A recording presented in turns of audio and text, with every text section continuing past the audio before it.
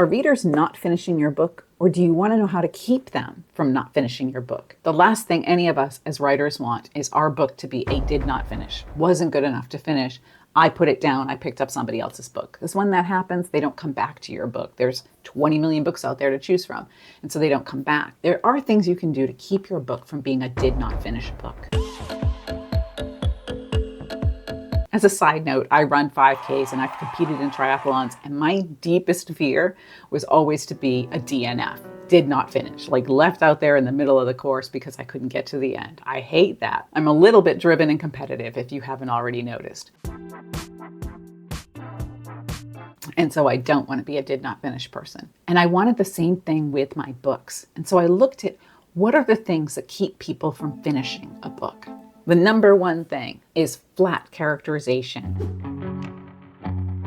People read a book because they want to connect with the characters. They want to see themselves in there, or they really want to form this relationship with the characters on the page. They want to immerse themselves in this world, go through all of the ordeals that the character goes through, and feel that catharsis at the end when the character succeeds. That's why we read. We love that vicarious experience of living through somebody else's eyes. If your characters do not come to life, people are not going to read the book. And the way to make characters that come to life is to really know them emotionally, and to let them be vulnerable on the page, to let them screw up. Real life people screw up all the time. They act out of anger, they act impulsively, they don't act when they're supposed to. We all screw up. Failure is a big part of life because it is a big part of learning what works and what doesn't. So let your character fail. Know them inside and out. Know what makes them tick, and know how their past is going to impact their present. You want to add those little layers of vulnerability in your character because that's what makes them real. I've been watching Nobody Wants This on Netflix, and one of the things that she says is that sharing your secrets makes you more vulnerable and helps other people get close to you. It's exactly the same with the characters. If you can share that little bit of a secret, that little bit of a vulnerability, that little bit of an insecurity, people will feel closer to your character. Now, another common mistake for a do not finish is a book that drones on and on about that stuff.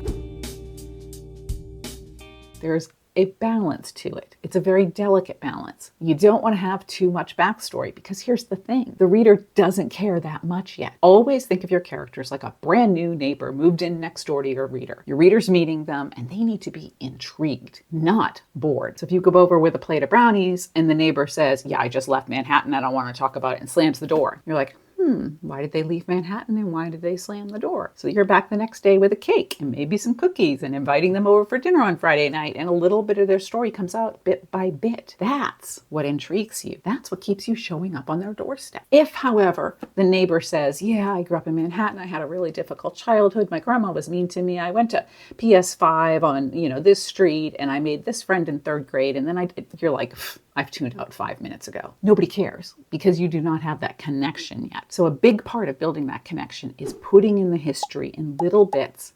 And here's the key: when it is triggered by the plot. We do not have random thoughts that come out of nowhere. Everything is triggered. I joke with my husband, I can jump from this subject to that subject, but I can also trace the connections that have happened that brought me to that other subject, because in my mind, all of these little things are triggering that next thought. And that's exactly how backstory works. It has to be triggered by what is going on in the plot. If you see a 1967 Ford Maverick, then that's when you might think of your first car, the very ugly green Ford Maverick. Otherwise, I don't go around randomly thinking about my first car. On that same vein with characters is called the too stupid to live character, which I don't really like. What I think it is a character that makes dumb decisions that you're yelling at them about, saying there's no way you would do that in real life. Like when you're watching a movie and you're like, oh, that would never happen. That pulls you out of the story. When a character makes decisions that don't fit their personality or history, the person that they are, or they make decisions that anybody would look at and say, that is a dumb move, the reader gets pulled out of the story and says, what the heck? What are they doing this for?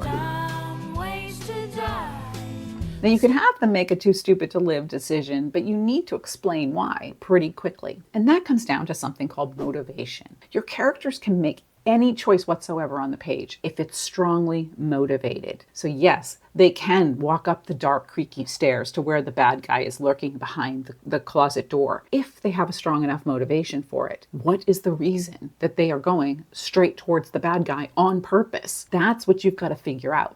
And you've got to get it across on the page. What is their motivation? Why are they doing this?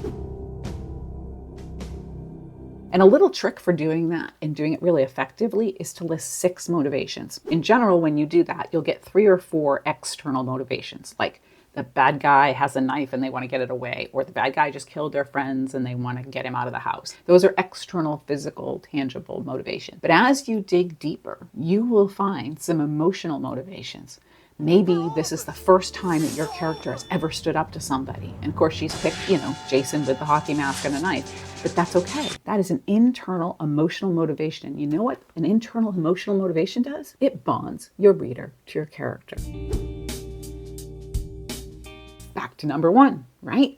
That is a great thing to have. And still, while we're on the subject of characters, because it does all come back to characters. Readers aren't reading for the car chases, they're reading for the characters. If you don't have enough conflict on the page, then the reader's going to get bored and walk away because they're going to be like, okay, this character's life is perfect. And I get it. I don't like being mean to my characters. I don't like putting all of these deep, dark secrets or big challenges or failures in front of them, but that is what makes them human. That is what makes them relatable. You should have conflict on every single page of your book. And this is something I've gone through in a lot of my classes on scenes, but particularly this master class right here. And if you check out that class, it shows you exactly where the conflict is on every page. And there is a free download connected to that class where you can see that in action. Conflict on every page creates tension in the reader's gut, which keeps the reader turning the pages. You've probably heard me say that before. But the conflict cannot just be roadblocks. It can't just be like the witness won't give him any answers, or the witness dies in the middle of testimony. That's an external conflict. There also has to be internal conflict. But that conflict that you're putting on the page has to be multi-layered. Just like the motivation has to be multi-layered between physical motivations and emotional motivations, so too does the conflict. For instance, let's say that your character is a police investigator and he is interviewing a witness, the only witness who saw the crime happen. That witness has a heart attack and dies in the middle of the interview. That's pretty major external conflict, right? The very person that could tell him what he needs to know is dead. If you look at the detective's past and you layer in some of those inner fears, maybe he let down another witness before, or maybe he let down a victim before, and so he's feeling like he's not really up to the job. If you can add in those emotional conflicts, those things that make the character hesitate or have regret or grief or any of those kinds of feelings, that adds another layer to it too. So even as your detective is questioning this witness really hard, he's going to go back and forth on whether he is doing the right thing or if he's asking the right questions, because characters have pasts, just like you and I do. And those pasts impact how they look at the present day. So if he has failed in the past, or this is the biggest case of his career and he's screwing it up, whatever those internal emotional conflicts are, those need to be on the page as well. And third, if there is a relationship conflict, that is a great thing to also add. Let's say he knows that witness and he feels bad for him because he's a homeless guy that he sees every Tuesday on his way to work. So that would give him another conflict about questioning him and pushing him hard. And imagine how bad he's going to feel when the guy has a heart attack and dies in the witness room. So look at how all those layers go together. And this was just a pretend story, and I'm already feeling really bad for the witness and for the detective. If you want to delve deeper into writing a romance specifically, I encourage you to check out my course, and there's an extra 10% off with code YouTube. The link is down in the description, and it's a 12-part self-paced course that you can take at any time. There are a couple of other common mistakes that I see in books that I don't finish. One is bad research. If you don't really know the topics and you don't really research them, that's going to pull the reader out of the story. Your story has to be 10 times better than the others to keep them going. I read a book one time where somebody dry swallowed a pill that I have taken before that tastes horrific. And the character did it several times in the book. And I'm like, no, I've taken that pill before. And even with water, it tastes horrible. So I know that the author did not do their research about that particular thing. And it was just a tiny thing, so I kept reading. But if it's a bigger thing, like you get the date of Pearl Harbor wrong, or if you put telephones in the 1800s, the reader's going to put down the book and walk away, because they're going to figure if it's this messy on the research, then the rest of the book is probably a mess too. And while we're on that topic, bad editing, I see it a lot. Particularly in books where people have done it themselves and they've cut corners by not paying for editing. Listen, everybody's books could be better with some editing. I have published a lot of books through New York and a lot that have been self-published. Every single time I've had an editor, and every single editor has helped me make it better than it was before. An editor is an outside third party who sees things that you don't see. And they're going to catch not just the spelling errors and the grammatical errors, but they're going to catch the consistency issues. They're going to catch if it doesn't bring enough emotion on this page,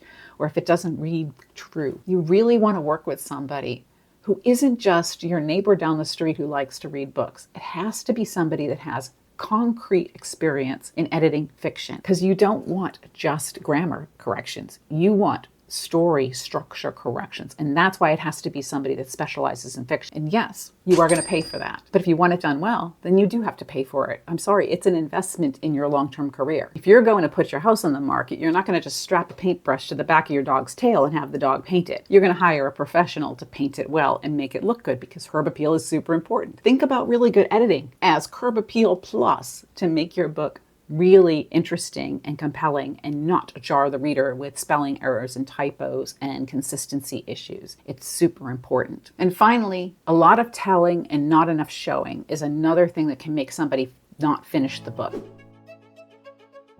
You need to have a mix of both, because you don't need to show every single thing on the book. The showing is reserved for the places that are important. There should be an emotional moment in each of your scenes that should absolutely be shown. If you have a setting that is important to the book, absolutely show that. If you're just trying to get the character from A to B, you can just tell. He got in his car and he drove to Montana and he got out and he went to the grocery store. Boom, we're just trying to get from A to B. No big deal. But when he gets into the grocery store and he runs into his ex-girlfriend, and that's a big moment because he hasn't seen her in 10 years, that's where you're going to bring out all of your amazing showing skills. Now, if you don't know how to show instead of tell, which was one of the really hard things for me to learn back in the day, I have a couple of videos up here about it that can really help you. Other thing that you can do is come to one of our live streams or our manuscript feedback sessions and check out how I've helped people take their telling and turn it into showing. If you do the work to take your story to that next level, you will create a book that people are rushing to finish because they're dying to see how it turns out. And if you want to learn about how to create characters that really grab readers and keep them glued to the page, look at this video right here, because that will help you create those characters that just come to life on the page.